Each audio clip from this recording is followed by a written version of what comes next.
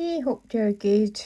Um, yeah, your doggies. I'm sorry you're having a problem with them. Um, See, whenever you're getting lead pulling, it's it's a frustration, and you mentioned the types of dogs you have. So a terrier and a spaniel, they're going to need. They've got like, if you think about what they're bred for. They've got these deep, innate drives in them.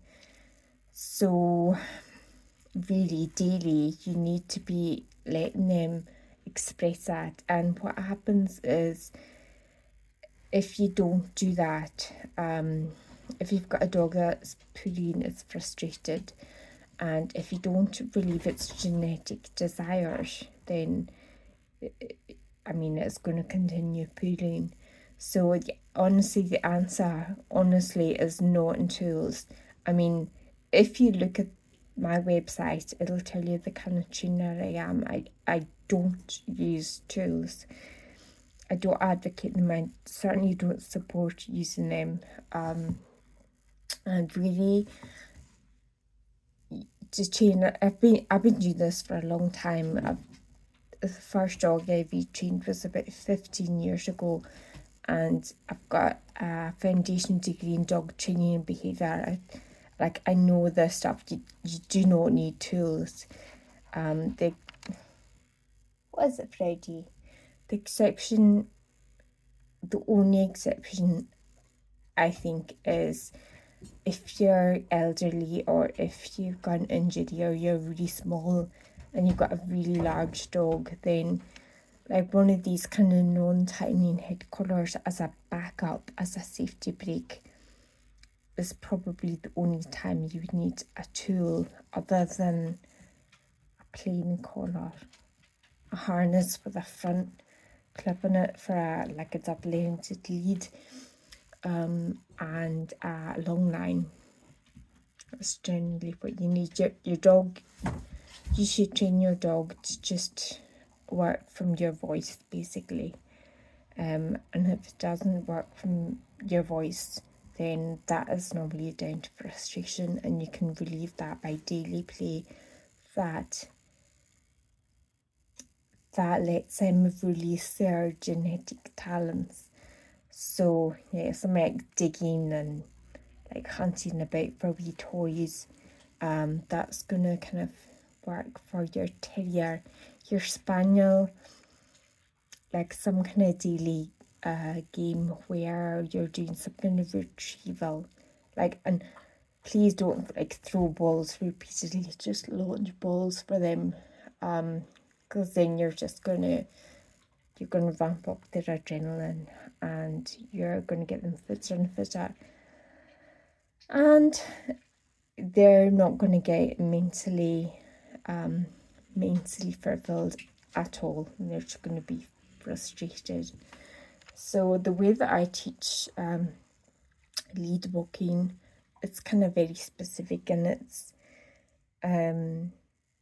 kind of taking into account relieving their frustration as well. It's like kind of two modes where you allow your dog time where they can sniff the grass and the verge as well. The other thing I was going to say to you is, I see a lot of people with these retractable leads. Honestly, I don't know if you do or you don't use them, but don't, because if you've got a dog that's either reactive or pulling, they're incredibly dangerous for just walking, going for walks. They're fine for training,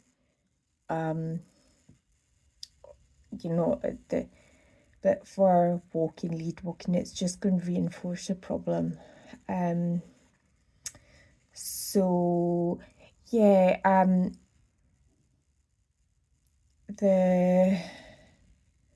was going to tell you about the kind of options, because you asked about one-to-ones. I've not done one-to-ones for a long time, and I just don't have the capacity to do them. even the boot camps, I've certainly got no capacity to do them this year. The next space I have is probably end of January, and I'm not sure that I'm going to do boot camps again, because I think that in an ideal world, most of the training should actually come from the owner. So boot camps are fine, like if you want me to kind of put things in place, but as the owner, you need to be the one doing the majority of the training. So I think that what I might do is I might do like possibly day training. I'm not sure. I'll probably decide over July, and I've not got like time at all to do anything like that the next 2 weeks to think about that, but maybe over July I'll have a wee think about things. I'll still be doing the advice calls, so if you want advice on how best to train your dog, or like a specific issue, you can book that through the website.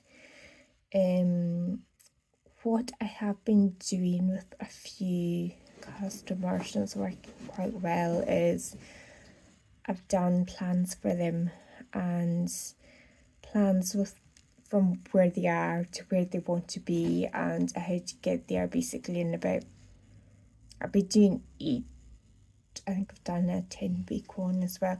So what I might do is start offering them on the website as well, doing training plans, and maybe like training days for people that have done that, just so they can get a wee bit of feedback on what they're doing, and any kind of wee tips and stuff. So I can do it virtually, or I can do it like if you want to come here. If you've had the whole training plan thing done, you've been doing it for about 8 to 10 weeks. So hopefully something there will be of use to you. But if you just always think about there's a reason behind everything, and the answer is not slapping a tool on your dog. Really, it's not at all. The answer is trying to figure out why they're doing the behaviour, and then you can address that. And with lead pulling is generally frustration, and we can do an awful lot to kind of address that. So anyway, good luck with your dog.